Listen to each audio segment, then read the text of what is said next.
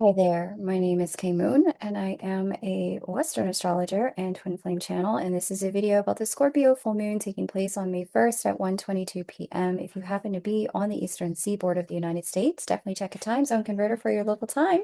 This will be the update for the divine counterpart community. So let's take a look at what is going on at this full moon. It is square Juno and Pluto.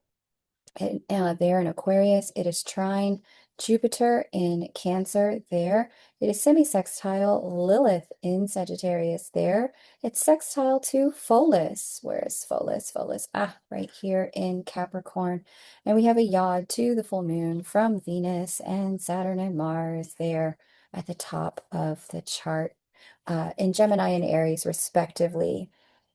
With this sort of energy, as a brief recap, I'll just say that this full moon is closing out toxic cycles that came to a head in 2025, but just lingered until this point, and now they're wrapping up since both Juno and Jupiter, divine feminine and divine masculine, are speaking to this beautiful full moon in Scorpio. Everything that I said over there in the Lightworker energy update is going to apply more intensely to both divine counterparts, divine masculine, Jupiter, and divine feminine, Juno.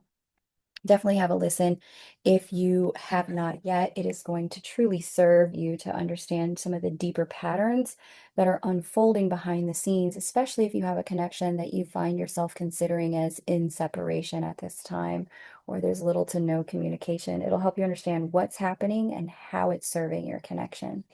Let's talk about Juno, our divine feminine energy first. Here she is in Aquarius. She is also conjunct Pluto. There's Juno, there's Pluto. This brings the energy of power into the mix when it comes to Juno's relationship to others. There's a sense of rising power in the divine feminine fields that allows us to recognize our own capacity to act and ability to do. Now, for those who've been stuck in a rut or in a loop, Pluto conjunct Juno in the sign of evolution, that's Aquarius, and perpetual change and newness will give her the ability to confront her fears and take risks, to do things she's never had the courage to do before. Now, this will open the gateway for you to start that business, have that important conversation, showcase that art, start looking at that land for that dream, etc. For those who already do too much, on the other hand, in the world of change and power, this is where you're going to be invited to confront the fears of what happens if you don't rein it in. Where have you experienced consequences because you've not been more forbearing in your circumstances with people, not had enough patience with an organic flow, and forced change because those you're connected to uh, simply weren't ready when you were ready? Where have you overridden your own need for steadfastness in order to move on to the next thing with more immediacy? This is an energy that will allow you to see the impact that that has had on yourself, your goals, hopes, wishes, and dreams, and others, and the potential consequences of not aligning your power with others in more integrated ways. Now, taken in light of divine connections, this is where the consequence of doing nothing may seem louder and more uncomfortable than the risk to change, whatever that change is for you. Could be going to therapy, getting coaching, getting sober, starting the business, selling the business, moving country or house, asking for the marriage, the move-in, the relationship with a partner, etc.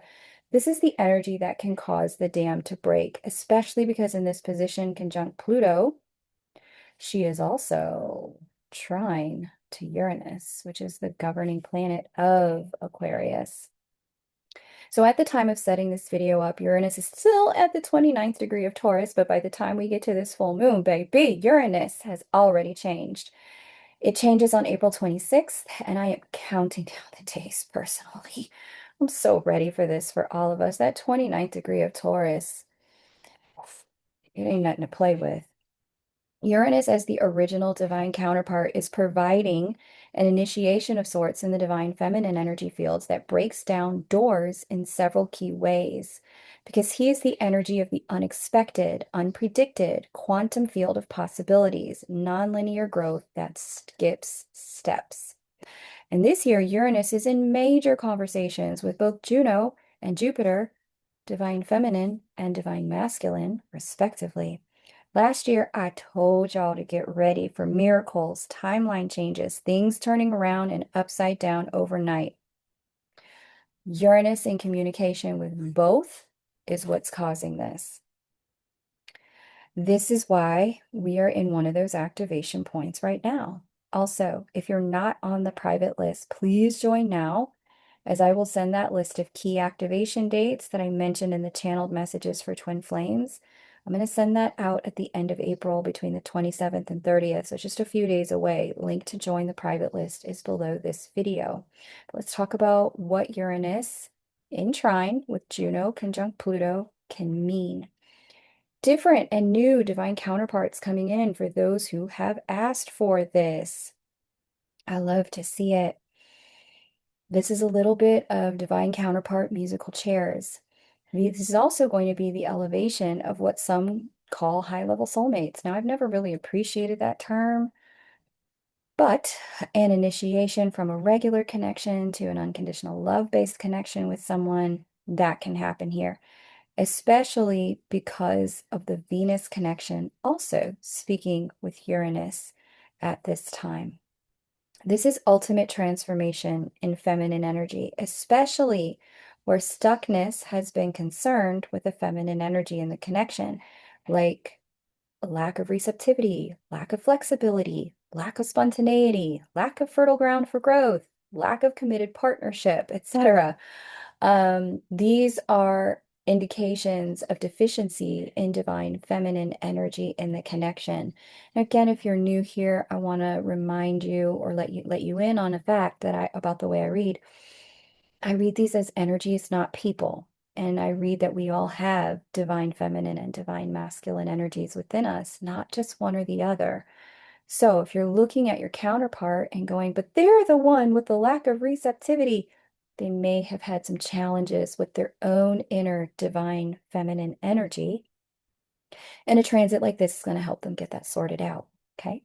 Now, on the other hand, where the divine feminine energy needs to spend some time exploring shadow divine feminine energy, this is where the off ramp to that timeline will become available, and she'll have the opportunity to more deeply explore her relationship to power, her fears, control, manipulation, shame of herself and shaming others, guilt within herself and guilting others, and the consequences of that inside of community, as she's in the sign of groups and community. Now, in particular, a word for those divine feminines who truly believe that life without their counterpart is not a life worth living.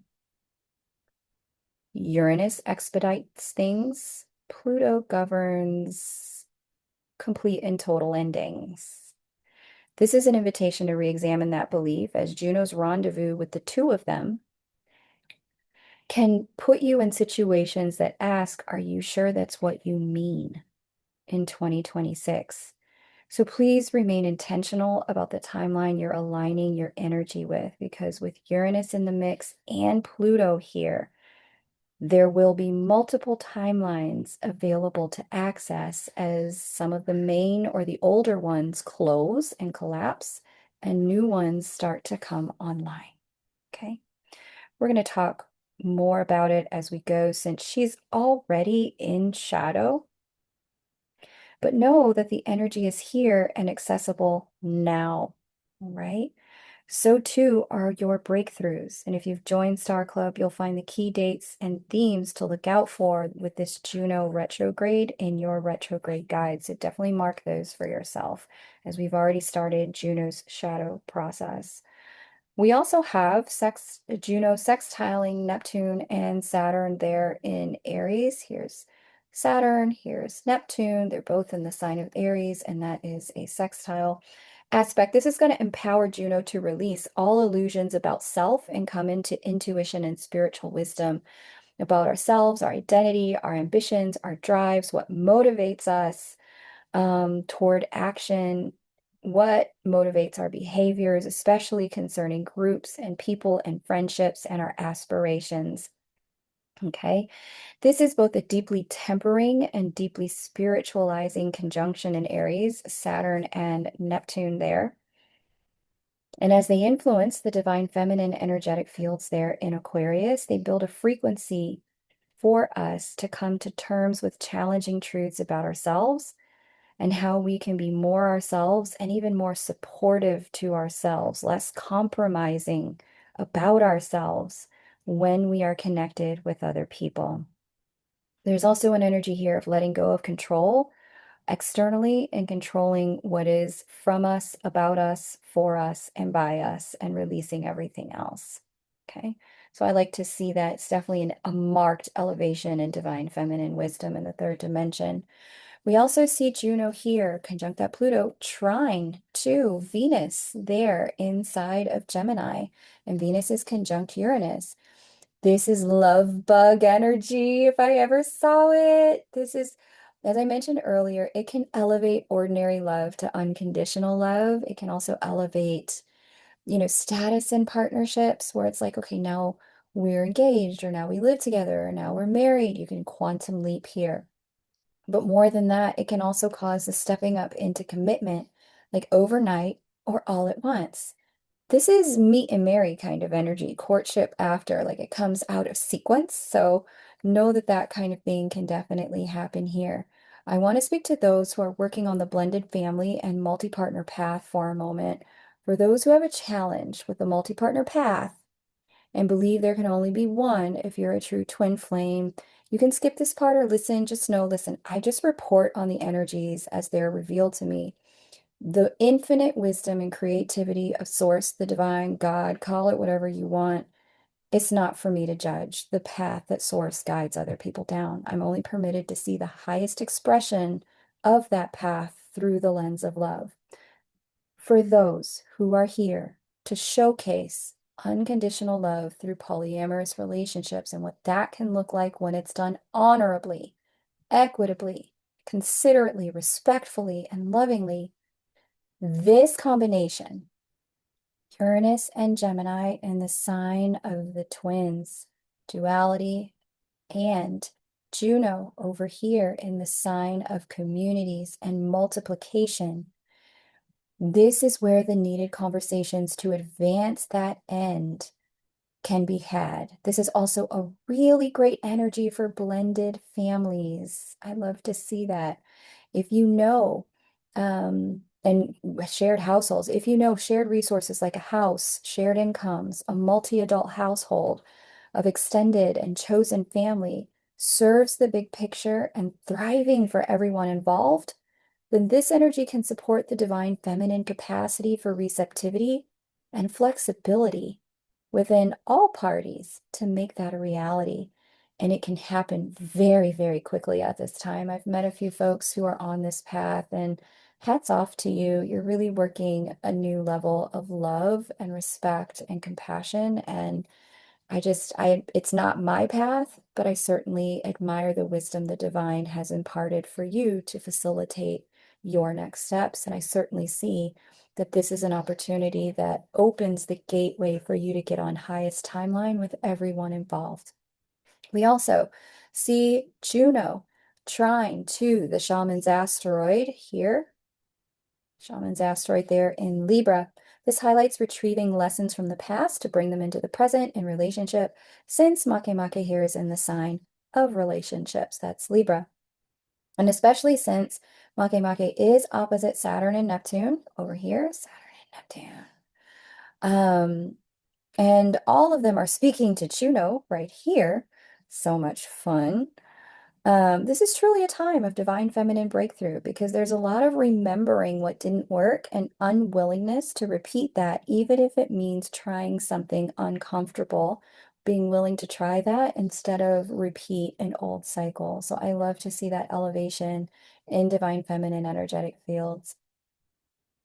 We also see Juno here square the creation goddess there in Scorpio.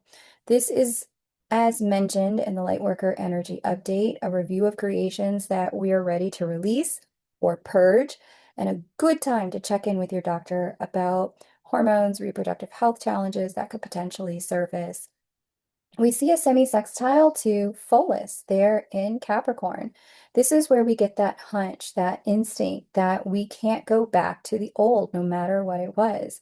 We have to do something new and different, and we now have the power to do it. It's too toxic to go back, even if we don't fully know yet how to move forward. Jupiter is also speaking to Pholus here. So more on that in a moment, because both of them are speaking to this planet in this sign that deals with old structures and saying, touch it and get exposed to toxicity. It's forcing both counterparts to release old timelines, and I love to see that. Okay. And as I mentioned, we have a square to the full moon, and this pulls all of the full moon energies directly into the divine feminine field. So definitely have a listen to that Lightworker Energy Update to understand what that means. Now, note, they're both speaking to the full moon in some capacity, right? So here's Juno. She is square the full moon. Here is Jupiter. He's in a very loose trine to the full moon. The emotional pattern, program, paradigm closure that I mentioned in the Lightworker Energy Update, that's going to be significant in both divine counterpart fields. It really is the end of an era, the collapse of an emotional program. Many of our timelines are held together by emotional loops we repeat, reinforced by behavioral actions and choices that result in the same outcomes.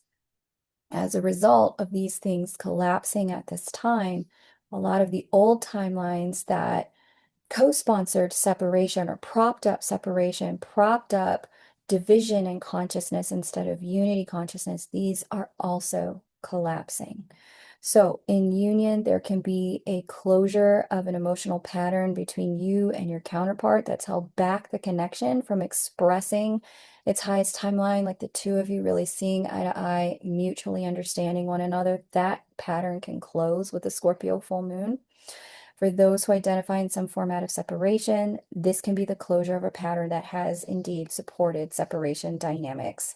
I was with somebody who snagged one of the last April readings, and I was doing some astrological coaching with her, and she broke 5 years worth of separation silence that she had just allowed to be there. It was habituated separation. Her person didn't tell her, don't call, don't reach out.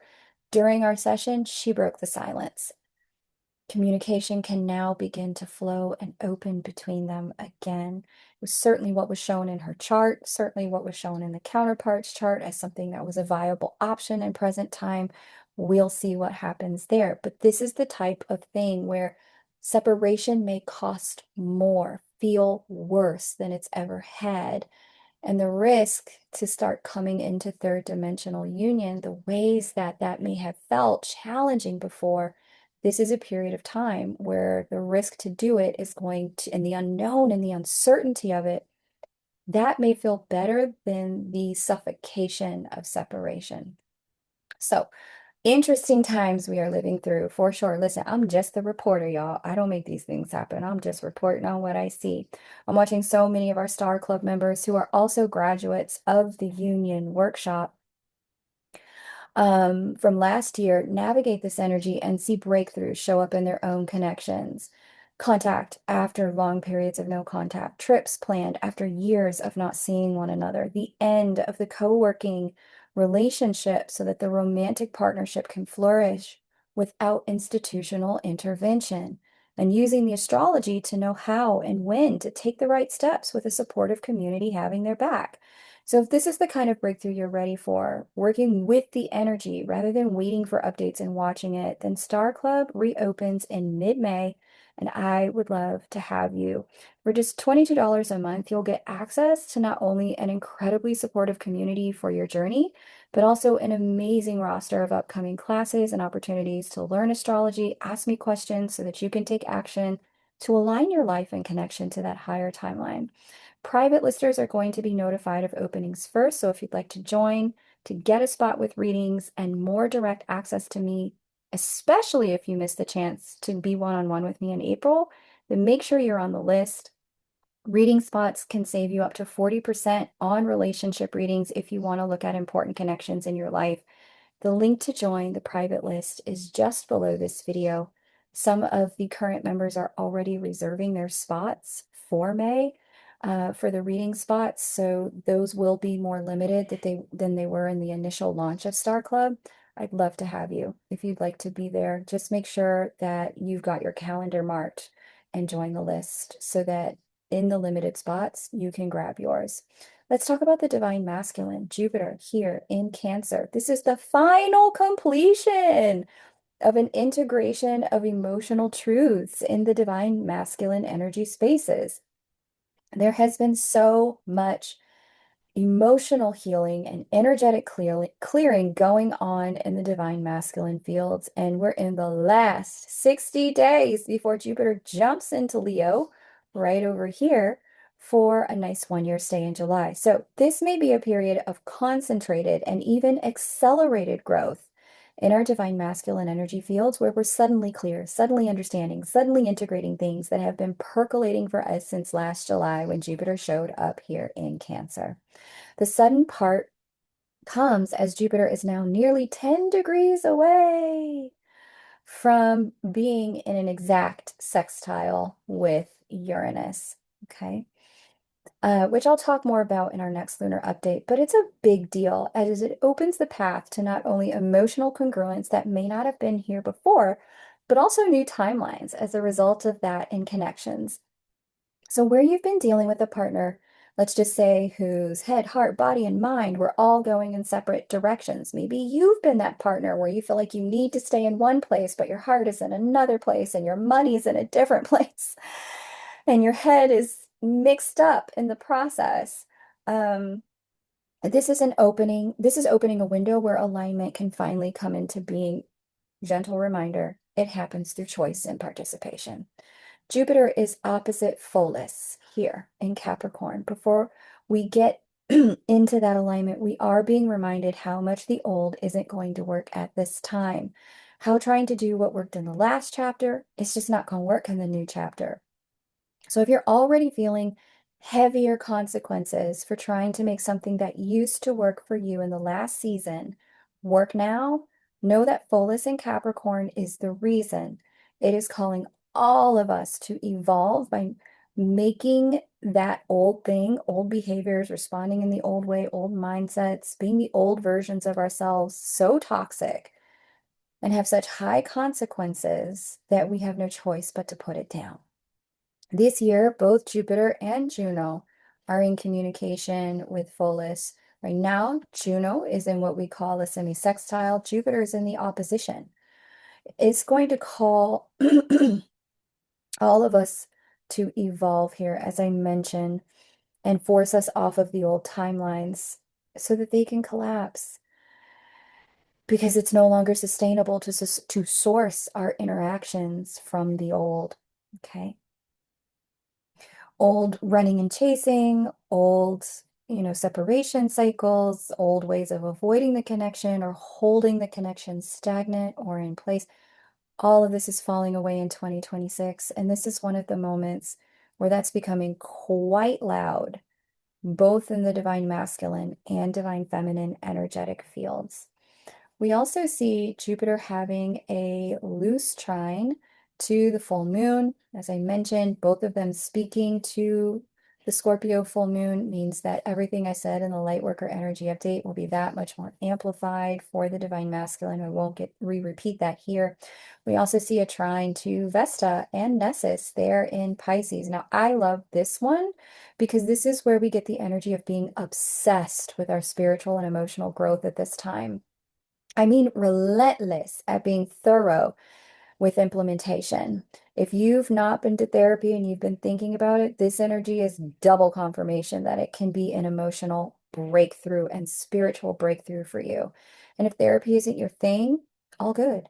any sort of deeper emotional excavation process to help you understand your next steps in life, about who you are, what you need, why you are where you are. So many people do plant medicine these days. Others do coaching, and still others do shamanic work or journey work. I even interviewed Allie on this channel about plant medicine and how it can shift consciousness. Jungian psychotherapy, wherever the intersection of spirituality, that's Pisces, and emotionality, that's Cancer, meet for you, that's the invitation to go deeper at this full moon. That's where you're going to find the deeper truths. Now, a quick word about emotions. They're always valid. They are also barometers. If we don't like the way we feel, they are informing us of changes we can make in our life to feel different. For some, these changes are mindset and perspective changes. For others, they are material and behavioral. But the feelings are effect, not cause. So treat them accordingly, use them accordingly. We also see Jupiter speaking to Saturn and Mars here, the 9th and 16th degree of Aries. And that brings us to the material and behavioral part of the change equation. These two, having a conversation with our inner divine masculine, opens up a world of possibility when it comes to making needed changes for our alignment. I love this for us because it's the very energy that's needed to get off that old timeline, get grounded on a new one. So many connections are going to go to the next and higher level timelines with Juno and Jupiter, both speaking to Saturn and Mars. Um, at at present, and having those key conversations with Folis that cause both counterparts to see, okay, whatever we were doing, we're gonna have to change it up. We can't keep doing it. We got to do something different now. Jupiter is also square Eris, Mercury, and Chiron over here. Eris, Mercury, Chiron. That fun little party. This is the energy of needing to be mindful with our words and how we treat our mental conversations, how we talk to ourselves. There's a little bit of an ability to talk ourselves right out of a good thing here if this energy manifests in shadow. And I hate to see that. We can discount ourselves and count ourselves out if we aren't being mindful of how powerful we are to create. But in the light, this is where internally we get that boost of way showership and creative ideas and creative solutions when it comes to trying something new to get on that new timeline. Jupiter is also sextile Venus. Yay! I love to see it. It is a semi-sextile. This is where more of the magic comes to play. We are in a window of massive luck approaching our divine masculine energy fields. The more we can navigate everything I just shared in the light, as Venus approaches Jupiter and leaves her conjunction with Uranus, this energy will allow us all to feel like not only are good things around the corner, but they'll also allow us to see how we can align with them so that we can have those experiences in the third dimension. This energy is a hunch that if we just stay in communication with ourselves, the universe, divine, God, the people in our lives, good things can happen now, doors can open now, possibilities can show themselves now. And I love to see that. The closer Venus gets to Jupiter, the more this will start to feel like we're having breakthroughs and turnarounds in our love and financial lives. And I know some of you have really been waiting on that, but the energy of it has already started now. The window is open. So take the chances you need to now.